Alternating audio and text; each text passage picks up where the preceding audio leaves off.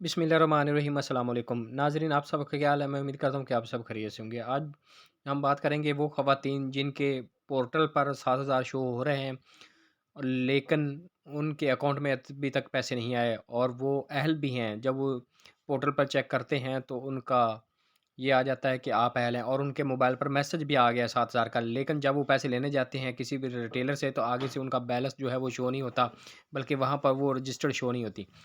तो वो ख़वातीन जो जिनका मैसेज आ गया और पैसे नहीं आए 7,000 रुपए, तो उनका तरीक़ेकार ये है कि वो अपना असल शनाख्ती कार्ड लेकर और साथ कॉपी कराकर Benazir income support programme programme के ऑफ़िस में जाएँ, वहाँ से अपनी जो है शनाख्ती कार्ड की कॉपी वग़ैरह वो जहाँ का जमा कराएँ, जिससे वो अपडेट करेंगे, जिससे तकरीबन उनकी 1 हफ़्ते के अंदर जो पेमेंट उनके अकाउंट में आ जाएगी 7,000 रुपया, तो वो पेमेंट अपनी किसी भी जो रिटेलर से जो दुकानदार है वहाँ से निकलवा सकते हैं। पहली दफ़ा उनकी जो अमाउंट है वो किसी भी बैंक एटीएम मशीन से एचबीएल के से नहीं निकलेगी।